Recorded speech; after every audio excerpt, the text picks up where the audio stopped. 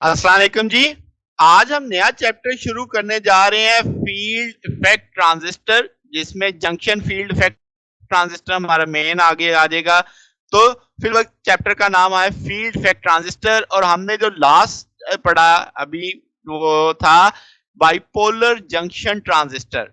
तो इस अब दोनों में फर्क भी देखेंगे कि एफईटी और बीजेटी में क्या फर्क होता है। तो डिटेल में आज का लेक्चर देखेंगे। इंट्रोडक्शन है एक तरह से, तो पहले तो हमें पता होना चाहिए फील्ड इफेक्ट ट्रांजिस्टर क्या होते हैं।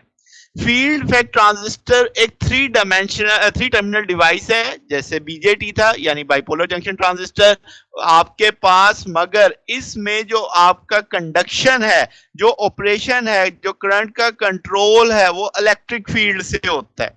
अच्छा, इसका अगर मैं डिटेल में समझूं तो वो क्या है कि आपके पास इसमें कुछ चार्जेस होंगे जो इलेक्ट्रिक फील्ड स्टैब्लिश करेंगे और गुजरने वाले इलेक्ट्रॉनों के रास्ते को या होल्स के रास्ते को कंट्रोल करेंगे। यानी यहां पे आपको कांटेक्ट की कंट्रोल या कंट्रोलिंग क्वांटिटीज के साथ कांटेक्ट की जरूरत नहीं पड़ेगी, यानी वो फील्ड अपना काम करेगी। वो फील्ड उनके रास्ते को नैरो करेगी या वाइड करेगी। अब ये कैसे होगा, ये तो आने वाले दिनों में हम देखेंगे, सारा इसको डिटेल में इसकी वर्किंग समझेंगे।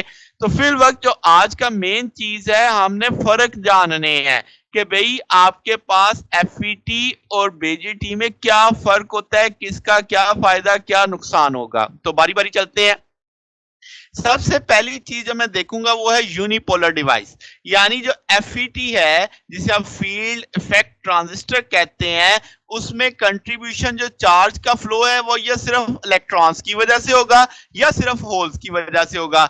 आप उसे एन चैनल और पी चैनल के तौर पे देखेंगे। आने वाले कल हम इसकी टाइप्स को स्टडी करेंगे तो वहां पे आपको ये लफ्ज समझ आ जाएंगे। तो फिर वक्त आप समझ लें कि अगर आपके इलेक्ट्रॉन्स की वजह से फ्लो मुमकिन है या अकेले होल्स की वजह से, तो इसीलिए हम इसे यूनिपोलर कहेंगे। ठीक हो गया। तो आपके पास जबकि बाई जंक्शन ट्रांजिस्टर जो था, उस बाइपोलर जंक्शन ट्रांजिस्टर था, उसमें इलेक्ट्रॉन्स और होल दोनों कंट्रीब्यूट करते थे। बाई का लफ्ज आया इसीलिए था कि भाई आपके पास जो आपका फ्लो है उसमें इलेक्ट्रॉन्स और होल दोनों का कंट्रीब्यूशन है। ठीक है, यहां पे ऐसा नहीं, यानी एफईटी में ऐसा नहीं है।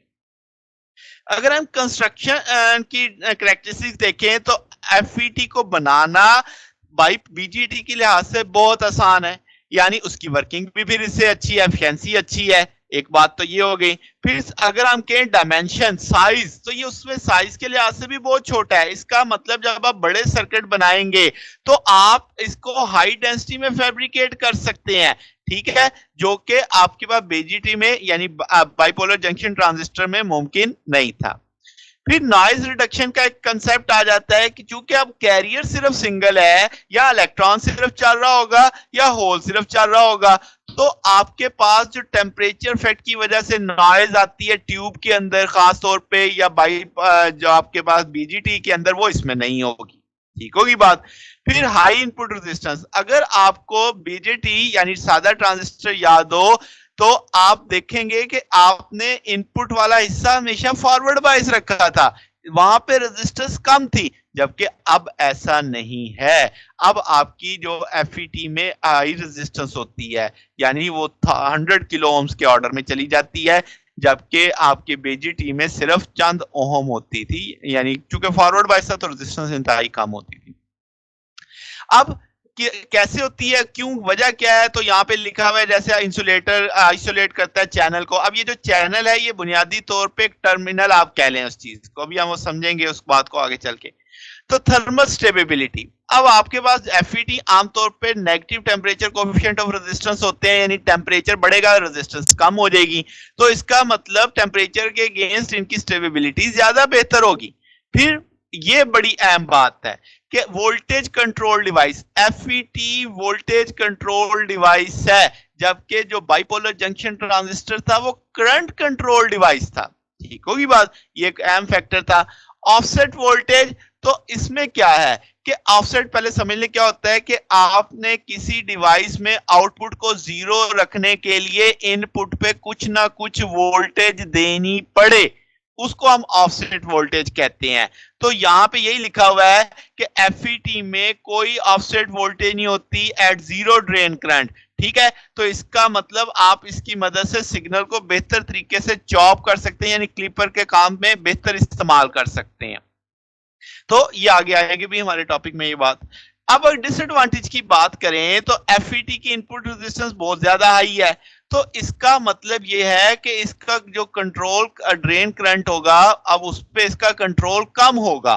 ठीक है, तो इसका मतलब आपके पास एम्पलीफिकेशन उतनी नहीं होगी जितनी बीजेटी में होती थी। तो वही बात है कि आपकी जो गेन की बैंडविड्थ है एफईटी की, वो बीजेटी एम्पलीफायर के लिहाज से कम है। अब इसमें कुछ लफ्ज आ रहे थे, वो लफ्ज हम पढ़ लेते हैं, जिसमें गेट है, ड्रेन है, सोर्स है, ये बेसिकली टर्मिनल के नाम है। ठीक है, एफईटी में जैसे मैंने कहा input voltage control output current, और जबकि बीजीटी में इनपुट कंट्रोल करता है आउटपुट करंट। बात समझ आ गई कि यहाँ पे जो आप एफईटी में आउटपुट करंट को किससे कंट्रोल करेंगे, इनपुट वोल्टेज से। तो इसीलिए तो लिखा था कि वोल्टेज कंट्रोल डिवाइस है, जबकि बीजीटी करंट कंट्रोल डिवाइस है। क्यों? क्योंकि इनपुट करंट आउटपुट करंट को कंट्रोल कर रहा होता है। फार्मूला याद है ना कि आईसी बराबर है बीटा आईबी, तो वो उससे कंसेप्ट आपका आ जाएगा।